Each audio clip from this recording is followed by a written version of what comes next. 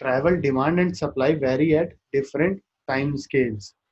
ठीक है, तो ये क्या कहना चाह रहा है कि जैसे जो ट्रैवल डिमांड है और सप्लाई है वो डिफरेंट डिफरेंट टाइम पे। जैसे डिमांड तो आप ट्रांजिट की बात करूं अगर मैं, तो डिमांड तो आपको जैसे मान लीजिए, या पब्लिक सर्विस पब्लिक फैसिलिटीज की बात करूं तो डिमांड है आपको कि आप जाना चाहते हो किसी भी डेस्टिनेशन पे अपने अकॉर्डिंग टाइम के, लेकिन टाइम बाउंड रहता है और वो पब्लिक सर्विसेज अपने टाइम के अकॉर्डिंग चलती हैं। तो यहाँ पे एक टाइम डिस्ट्रीब्यूशन टाइम डिफरेंस आ जाता है। ठीक है, तो travel demand and supply very at different time scales. और डिमांड एक क्या बोलते हैं, सप्लाई कंटिन्यूअस चलती है और डिमांड कभी ज्यादा आती है कभी कम आती है। तो वो स्केल्स का मतलब ये कहने का है कि डिफरेंट टाइम पे डिमांड कभी ज्यादा होगी कभी कम होगी, और सप्लाई भी उसी के अकॉर्डिंग टाइम के अकॉर्डिंग डिपेंड करेगी। ठीक है, बेसिकली सप्लाई तो वैसे कांस्टेंट रहेगी, लेकिन कंजेशन का केस ले लीजिए, अगर कंजेशन है तो वहां पे सप्लाई भी थोड़ी सी हैम्पर करेगी। ठीक है, अगला पॉइंट है एजम्पशंस। देखिए यहाँ पे एजम्पशंस कुछ हैं, यहाँ पे एजम्पशंस पढ़ लेते हैं क्या है। Although space has always been recognized as fundamental dimension of transport system, the time dimension has been overlooked. तो टाइम डायमेंशन को तक कंसीडर नहीं किया जाए। देखिए अभी हमने जोनिंग भी की तो स्पेस वाला ही कंसीडर हुआ है, और सारे मॉडल्स जो मॉडलिंग होती है वो भी अकॉर्डिंग टू स्पेस ही होती है, टाइम को उतना तवज्जो नहीं दिया जाता है। तो however, the determination of relevant analysis, time intervals as well as assumption about system variability within those intervals are crucial in modeling decisions. तो टाइम का भी हम लोग देखेंगे कि कितना इंपॉर्टेंस है डिसीजंस लेने में, मॉडल्स प्रिडिक्ट करने में। तो इसके लिए कुछ एजम्पशंस हैं, या फिर एजम्पशंस के गाइडलाइंस एक तरीके से कह सकते हैं, जो हम एज्यूम करेंगे अपना मॉडल बनाते टाइम। तो वो क्या कहते हैं, definition of analysis time horizon and assumptions regarding long term trend is and the exogenous variable। ठीक है, तो definition of analysis time horizon and assumption regarding long time trends, इनको exogenous variable जैसा ट्रीट करेंगे। selection of reference periods to account for variation in travel demands and supply, तो ये assumption के guidelines एक तरीके से हैं। assumption about the variability of system parameters within each selected reference period, assumptions about variability of system parameters within each selected reference period। ये कहना चाह रहा है कि एक तरीके से जो वेरिएशन है, हाँ जो वेरिएशन है वो टाइम पीरियड के अकॉर्डिंग होगा, ना कि स्पेस के अकॉर्डिंग होगा। ठीक है, procedures to infer overall system attributes by combine. तो assumptions ये कहने का मतलब है कि वेरी करेगा according to time. Procedures to infer overall system attributes by combining the results obtained from modeling analysis of each reference period।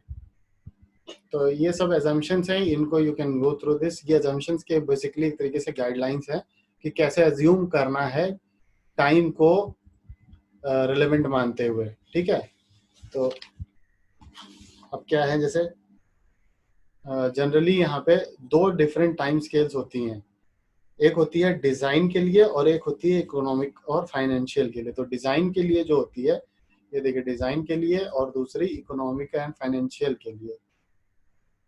ठीक है, इसके लिए दो टाइम स्केल होती हैं। तो डिजाइन के लिए जो टाइम स्केल होती है वो requires information on short maximum load periods. तो ये जैसे कोई रोड फैसिलिटी डिजाइन करनी है आपको, तो उसको डिजाइन करने के लिए आपको पीक आवर्स की डेटा ही चाहिए होते हैं। अगर पीक आवर्स में आपने डेटा डिजाइन करके सेव कर दिया रोड्स को, तो वो जनरली नॉर्मल ट्रैफिक में तो सेफ है ही। लेकिन जब इकोनॉमिक और फाइनेंशियल के बारे में बात करते हैं, तो इकोनॉमिक और फाइनेंशियल के बारे में जब भी बात होती है तो वो क्या होती है, रिक्वायर्स ओवरऑल प्रोजेक्ट परफॉर्मेंस।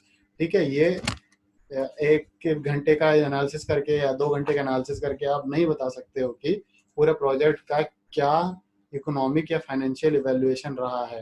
उसके लिए आपको दूसरा यानी कि पूरा प्रोजेक्ट का टाइम स्पैन चाहिए होगा और उसका डेटा चाहिए होगा, तब जाके आप बता पाएंगे। एक टाइम होता है, इसके बाद आता है एक एनालिसिस टाइम पीरियड।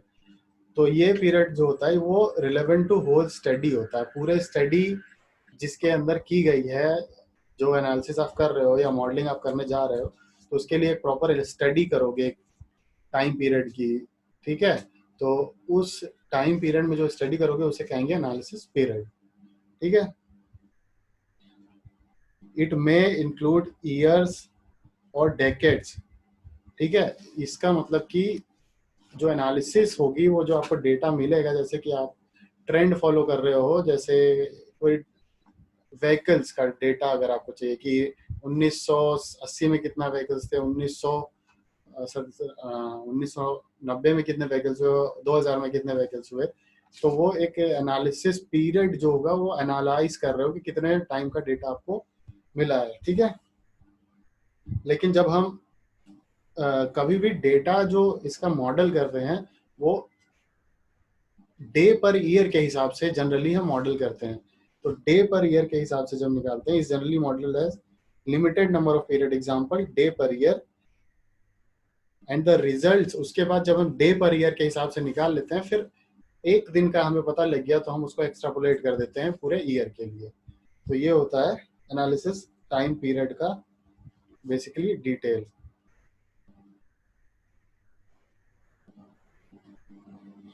हाँ, अब एक पॉइंट, अगला पॉइंट इसका अंदर ये आता है टेम्पोरल डायमेंशन के अंदर।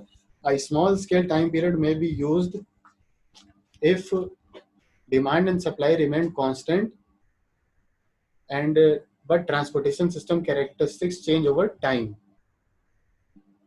ठीक है। तो यहाँ पे समझने वाली बात है, जैसे हमने क्या किया कि एज्यूम कर लिया कि ट्रांसपोर्टेशन सिस्टम जो है उसमें डिमांड और सप्लाई एक कांस्टेंट रेट पे बढ़ रहे हैं या फिर आ रहे हैं, तो उसे क्या बोलते हैं कि हम क्या कहेंगे कि हम एक शॉर्ट एनालिसिस पीरियड ले सकते हैं, ठीक है। लेकिन उसके बाद जब हम बात करेंगे ट्रांसपोर्टेशन के बारे में, जो कि आप खुद ही जानते हो कि क्या कभी डिमांड और सप्लाई कांस्टेंट पे आ सकते हैं, चाहे दिन की बात करो, चाहे ईयर्स की बात करो, चाहे वीक्स की बात करो, कभी भी साथ में नहीं आ सकते या फिर बराबर क्या कहेंगे, कांस्टेंट नहीं हो सकते। हाँ, तो ट्रांसपोर्टेशन कैरेक्टरिस्टिक्स क्या करती हैं, चेंज होती हैं ओवर द टाइम। अब यहाँ पे एक पॉइंट लिखा है, traditional mathematical models of transportation system assume that demand and supply remain constant over time long enough. तो ये देखिए क्या गलती कर रहे हैं यहाँ पे। ट्रेडिशनल मॉडल्स में हम लोग करते थे, पहले जो मॉडल्स बने हैं उसमें डिमांड और सप्लाई को एक कांस्टेंट मान के किया गया हुआ है, लेकिन क्या एक्चुअली में वो कांस्टेंट होते हैं? जी नहीं। तो उसको काउंटर करने के लिए कुछ नए वेरिएबल्स इंट्रोड्यूस करने पड़ेंगे, कुछ नया आपको सोचना पड़ेगा, ठीक है। तो उस चीज को इस चीज में सब्जेक्ट में इस टॉपिक में इंक्लूड करना पड़ेगा। तो ये देखते हैं क्या है आगे।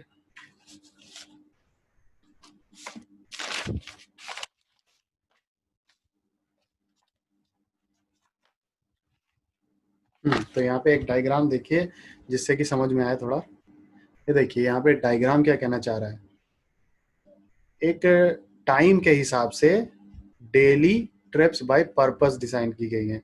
जैसे होम से वर्क कोई जा रहा है, होम से स्कूल कोई जा रहा है, होम से अदर पर्पस कोई जा रहा है, और ये जो बोल्ड ब्लैक लाइन है ये है टोटल। तो देखिए स्कूल के लिए जो जनरेशन है या फिर ट्रिप का जनरेशन है, वो स्कूल के लिए सुबह 8 से 9 के बीच में बहुत ज़्यादा जनरेट हो रहे हैं, फिर उसके बाद कम हो रहे हैं या फिर नहीं हो रहे हैं या फिर टच कर रहा है जीरो को, देखिए। और फिर होम टू वर्क, ये वाला देखिए कितना है, होम टू वर्क जाने वाले बहुत लोग हैं और वो हुए हैं 7 से 10 के बीच में, बहुत ज़्यादा ट्रैफिक जनरेट हुआ है। तो टेम्पोरल डिस्ट्रीब्यूशन पढ़ना इसीलिए ज़रूरी है क्योंकि हर जगह देखिए ट्रैफिक कांस्टेंट तो है नहीं कि बराबर से ही सब जा रहे हों, भाई 2% 6% व्हीकल इतने लगातार कंटिन्यू जा रहे हों, नहीं जा रहे हैं। फिर उसके बाद अपने टाइम के हिसाब से डिफरेंट तरीके से डिफरेंट डिफरेंट जगह पे वर्क और स्कूल और अदर पर्पसेस के लिए लोग निकल रहे हैं। तो ये है टेम्पोरल डिस्ट्रीब्यूशन। ये है डे वाइज, ठीक है। तो ये आपको समझ में आ गया होगा। अब क्या है यहाँ पे, traditional mathematical models assume demand and supply remain constant to allow to reach the system to a steady state, ये हम पढ़ चुके हैं। In general three kinds of variations are important, ठीक है। टाइम में three kinds of time variations are important. पहला है लॉन्ग टर्म वेरिएशंस, ठीक है। लॉन्ग टर्म वेरिएशंस का मतलब कि वो वेरिएशंस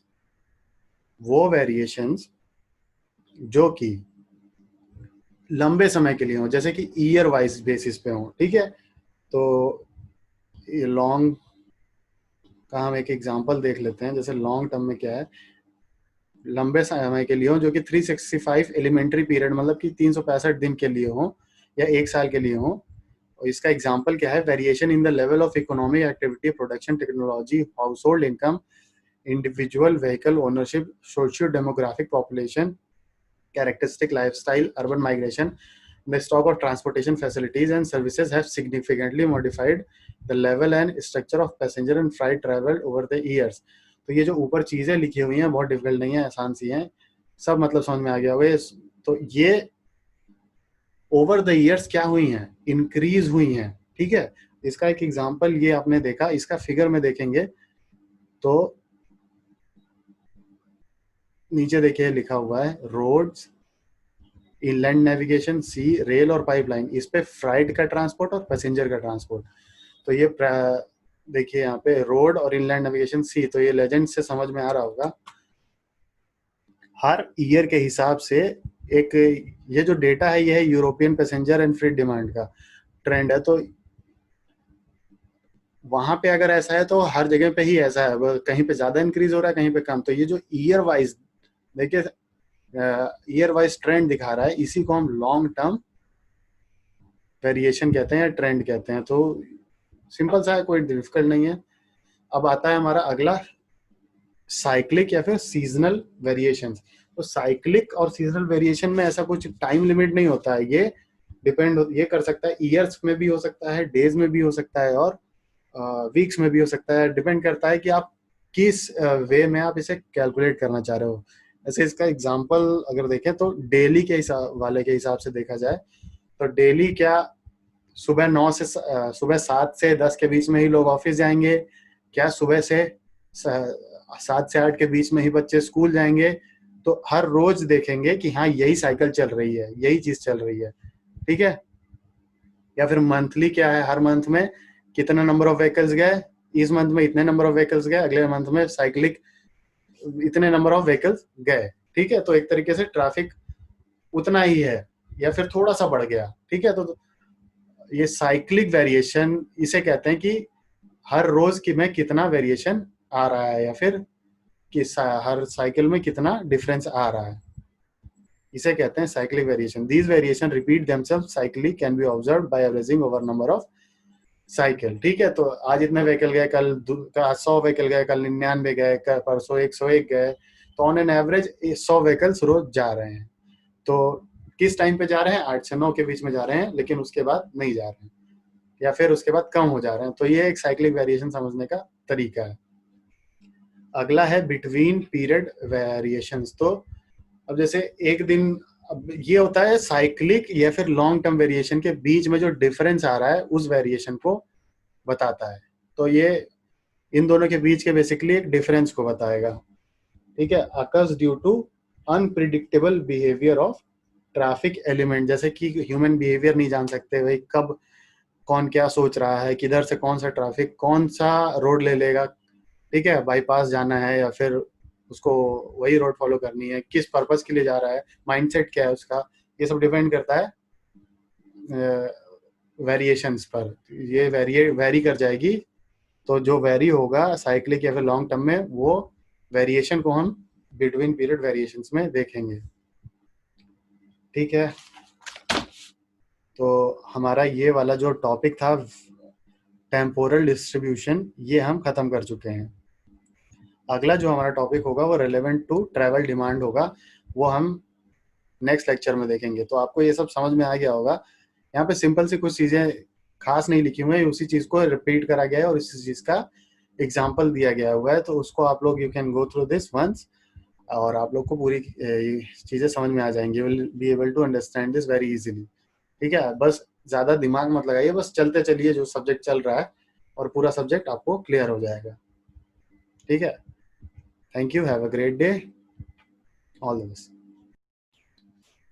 तो relevant components of travel demand, पहले हमने 2 पढ़ लिए हैं, अब तीसरा है relevant component of travel demands. तो ये क्या कहता है, passenger and goods moving in a given area demand the transportation services supplied to the system. ठीक है, तो डिमांड बेसिकली किसके लिए है, उसके लिए है सपोर्ट करने के लिए, जो सप्लाई करने के लिए इन द सिस्टम। ठीक है, तो जो डिमांड होती है वो एक्चुअली है क्या, तो इसको देख लेते हैं। Travel demand clearly plays a central role in the analysis and modeling of transportation system because most transportation project attempt to satisfy demand। तो जो डिमांड बेसिकली जो रोड ट्रांसपोर्टेशन सिस्टम है, हम लोग जो डिजाइन करते हैं, जो बनाते हैं प्रोजेक्ट्स को, जो टेंडर पास होते हैं या बहुत बड़े बड़े प्रोजेक्ट जो हाईवेज के चल रहे हैं, तो किस लिए चल रहे हैं भाई, पहले डिमांड जनरेट हुई है, उसके बाद ही तो प्रोजेक्ट शुरू हुए हैं।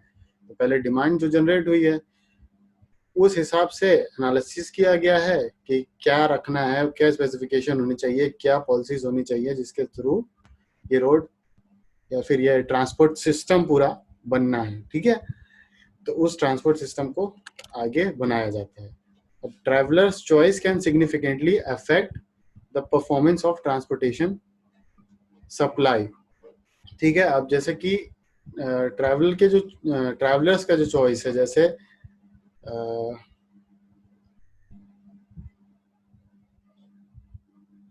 ट्रैवलर्स का जो चॉइस है, जैसे उनका चॉइस है कि उनको एक क्लियर रोड चाहिए, उनको कंजेशन में नहीं रहना है, कंजेशन में नहीं जाना है, तो वो एक दूसरा रोड अल्टरनेटिव चूज कर सकते हैं जो कि थोड़ा लंबा उन्हें पड़े, लेकिन वो एक कंफर्ट चाहते हैं। ठीक है, तो जो लेवल ऑफ सर्विसेज हमने पढ़ी हुई हैं वहां पे वो चाहेंगे कि हमें थोड़ा ईज हो जाए। ठीक है, अगला पॉइंट क्या है, देखिए, travel does not generally provide utility in itself but it is rather auxiliary active necessary for the other activities carried out in the different location. तो ट्रैवल जो है वो खुद ही कोई पर्पस नहीं सॉल्व कर रहा है। ठीक है, सिर्फ ट्रैवल कर लिया क्या मतलब हुआ, कुछ मतलब नहीं हुआ। तो सिर्फ ट्रैवल करना ही एक यूटिलिटी नहीं है उसमें, बल्कि जो अदर एक्टिविटीज जो हो रही हैं, जैसे कि कोई बच्चा स्कूल जा रहा है और हम लोग ऑफिस जा रहे हैं या फिर स्टूडेंट्स कॉलेज जा रहे हैं, तो ये एक पर्पस सॉल्व हो रहा है। तो उस पर्पस सॉल्व करने के लिए ही ट्रैवल डिमांड जनरेट हो रही है, इसलिए ही ट्रांसपोर्टेशन सिस्टम में ट्रैवल डिमांड का जनरेट होना जरूरी है। ठीक है, अब अगला पॉइंट क्या कहता है, ट्रैवल डिमांड फ्लो क्या होता है। ट्रैवल डिमांड फ्लो क्या होता है, देखिए, travel demand flow, it is the number of users consuming particular services offered by transportation system in a given period of time. मतलब कि ऐसा वो नंबर ऑफ यूजर्स, वो लोग जो कि, या फिर वो व्हीकल्स, या फिर एक सिलेक्टेड पॉपुलेशन जो कि यूज कर रही है ट्रांसपोर्टेशन सिस्टम को एक पर्टिकुलर पीरियड ऑफ टाइम पे। ठीक है, और वो क्या है, it is clear that travel demand flows result from aggregation of individual trips made in study area during reference period. तो जिस रेफरेंस पीरियड में जो ट्रैवल हुआ है वो उसको हम ट्रैवल डिमांड में ले लेते हैं। अब यहाँ पे थोड़ा सा आगे बढ़ते हैं, ध्यान देते हैं कि ट्रिप क्या है, जर्नी क्या है, ओरिजिन डेस्टिनेशन मैट्रिक्स क्या है, तो इनके बारे में थोड़ा सा हम जानते हैं क्योंकि मॉडलिंग इनको इंक्लूड करती है। तो ओरिजिन और डेस्टिनेशन के बारे में जान लेते हैं। तो जहां से आपने स्टार्ट किया अपना ट्रिप और जहां को आप जा रहे हो, ये हो गया ओरिजिन एंड ये हो गया डेस्टिनेशन। अब इन दोनों के बीच में आपने वेरियस मोड्स यूज किए होंगे कि कभी मान लीजिए आप या तो सिंगल कार वाया कार जा रहे हैं तो आपने कार से यूज कर लिया, लेकिन अब जैसे पहले आपने एक ऑटो चेंज की, फिर दूसरी ऑटो चेंज की, फिर मेट्रो लिया, फिर ऑटो ली, तो ये डिफरेंट मोड्स हो गए, लेकिन ट्रिप क्या है, एक ही है। ठीक है, तो ओरिजिन है आपका, मान लीजिए आपका घर, और कॉलेज है आपका डेस्टिनेशन। तो आपने मान लीजिए 3 ऑटो चेंज किए, तो मोड आपने 3 चेंज किए हैं, लेकिन आपकी ट्रिप एक ही है। ठीक है, तो इसे कहते हैं ट्रिप। अब जैसे स्कूल से आपको जाना है कहीं मूवी थिएटर, तो जो आपका और जो डेस्टिनेशन था वो अब आपका ओरिजिन हो जाएगा। क्लियर? तो वो जो ओरिजिन हो गया, अब उस ओरिजिन को, डेस्टिनेशन क्या है उसका ओरिजिन का, मूवी थिएटर, तो उसमें भी आप डिफरेंट मोड्स या number of modes of travel change कर सकते हो।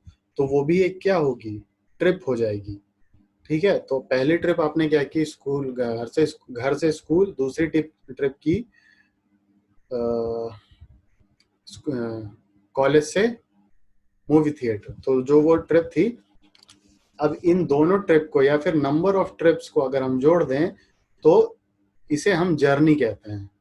ठीक है, जर्नी या फिर ट्रिप चेन कहते हैं। तो नंबर ऑफ ओरिजिन और डेस्टिनेशन चेंज होते रहते हैं इसमें, तो इसलिए इसे कहेंगे जर्नी। अब अगला क्या है देख लेते हैं। अब ये एक दो टर्म्स हैं, इसको समझ लेते हैं। मूवमेंट ऑफ गुड्स को क्या कहते हैं? जैसे कोई नंबर ऑफ गुड्स अगर जा रहे हैं तो उसको शिपमेंट्स कहेंगे, और एक इंडिविजुअल गुड है या फिर इंडिविजुअल सामान है तो उसको कंसाइनमेंट कहेंगे। ठीक है, तो इन चीजों को, टर्म्स को थोड़ा ध्यान रखिएगा, और इनका सीक्वेंस ऑफ मैनिपुलेशन, जैसे कि पैकिंग हो गया, स्टोरेज हो गया, और इस तरीके की एक्टिविटीज को हम क्या कहते हैं, लॉजिस्टिक्स या फिर सप्लाई चेन। तो इस तरीके को, अब जैसे ये फ्लिपकार्ट है तो इसमें लॉजिस्टिक्स का बहुत सारा काम है, सप्लाई होती है, स्टोरेज होता है, पैकिंग होती है। तो ये जो ऑनलाइन ई कॉमर्स की साइट्स हैं उनके अंदर ये सारा बहुत सारा काम होता है। ठीक है, तो अब आगे देखते हैं क्या है। अगला कहने का मतलब है, the spatial characterization of trips is made by grouping them of origin and destination and demand flows can be arranged in tables। तो एक टेबल बनाई जाती है, एक तरफ हम रखते हैं ओरिजिन, एक तरफ रखते हैं डेस्टिनेशन। तो किस जगह से ओरिजिन है, किस जगह पे डेस्टिनेशन है, इस तरीके के अरेंजमेंट को हम ओरिजिन एंड डेस्टिनेशन मैट्रिक्स कहते हैं। अब जैसे ओरिजिन एंड डेस्टिनेशन मैट्रिक्स यहाँ पे देख पा रहे होंगे। जैसे अब आप पहले इस डायग्राम को समझिए। इस डायग्राम में क्या कहने का मतलब है, ये डायग्राम कहना चाह रहा है कि ये जो 1 2 3 अप टू 7 है, ये इंटरनल सेंट्रॉइड्स हैं, जो कि हमने अभी पढ़े थे पिछले लेक्चर में। तो ये जो इंटरनल सेंट्रॉइड्स हैं, और 8 9 और 10 क्या हैं, एक्सटर्नल सेंट्रॉइड्स हैं। तो ये ट्रैफिक जो है हमारा, अब देखिए क्या होगा, 1 से 1 में ही अगर इंटरनल 1 से 1 में ही अगर ट्रैफिक रह जा रहा है तो उसे क्या कहेंगे, इंट्राजोनल। 1 से 2 में जा रहा है तो इंटरजोनल। ठीक है, और 1 से 9 8 या 10 में जा रहा है तो इंटरनल एक्सटर्नल एक्सचेंज ट्रिप्स। ठीक है, तो ये हमने ट्रिप्स के नाम जान लिए। अब हमारा जो स्टडी एरिया है वो एक, ये देखिए, बाउंड्री से डिफाइंड है। इसके बाहर की स्टडी हमारी नहीं है, हमसे मतलब नहीं है। तो लेकिन जो हमारे स्टडी एरिया से बाहर जा रहे हैं उनसे मतलब है, जो बाहर से अंदर है उससे मतलब है, लेकिन जो बाहर के बाहर ही रह रहे हैं इनसे मतलब हमें नहीं है।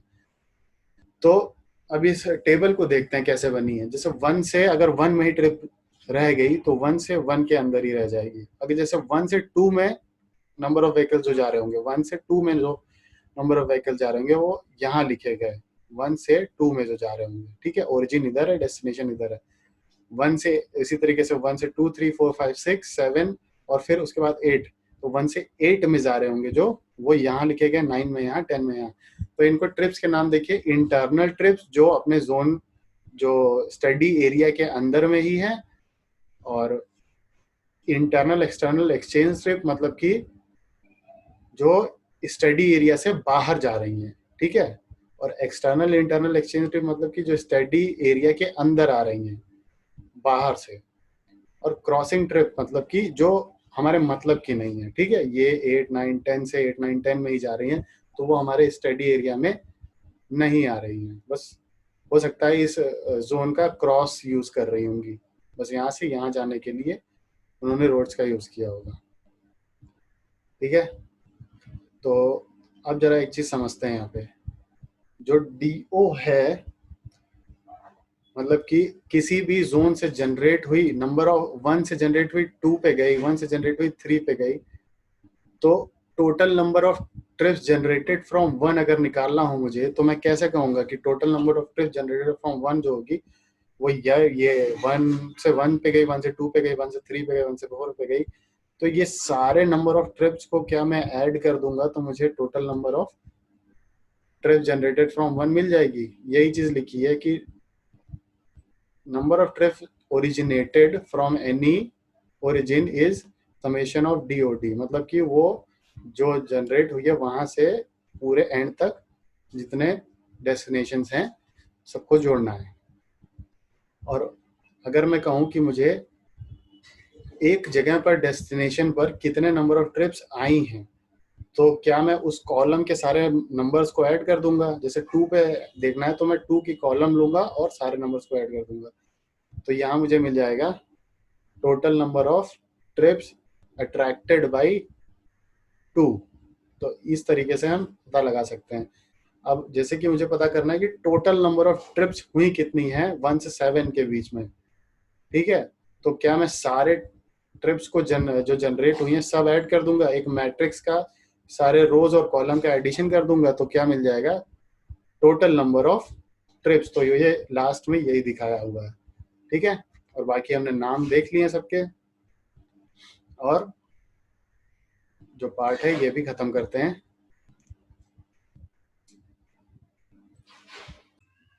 तो अगला जो टॉपिक है हमारा वो है मॉडलिंग ट्रांसपोर्टेशन सिस्टम्स।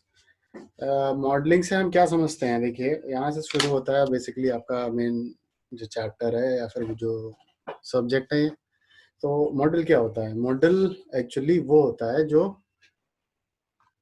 आप ओरिजिनल नहीं क्रिएट कर सकते हो, लेकिन उसके कॉन्सिक्वेंसेस या उसके इफेक्ट्स क्या होंगे उसको स्टडी करने के लिए आप एक उसका प्रोटोटाइप तैयार करते हो। जैसे कि एक फिजिकल वर्ल्ड में अगर एग्जांपल ले दूं मैं, कि डैम्स के बारे में अगर पढ़ना है, तो डैम्स का क्या होता है कि आप स्टडी करने के लिए उसके प्रोटोटाइप बनाते हैं, ठीक है, और उस प्रोटोटाइप पे आप स्टडी करते हैं कितना वो प्रेशर झेल सकता है, ऑन अ स्केल आप बनाते हैं और उसको फिर अप्लाई करते हैं बड़े डैम्स के लिए। तो वो जो प्रोटोटाइप हमने बनाया वो मॉडल कहलाता है। तो क्या हमने उस पर पहले टेस्टिंग की या फिर उससे पता लगाया और क्या वो लेस कॉस्ट में हमें ज्यादा डेटा दे गया, तो ये था हमारा मॉडलिंग का प्रोसेस। अब जैसे मॉडलिंग में आगे अगर आप देखें तो मॉडलिंग में देखते हैं जैसे,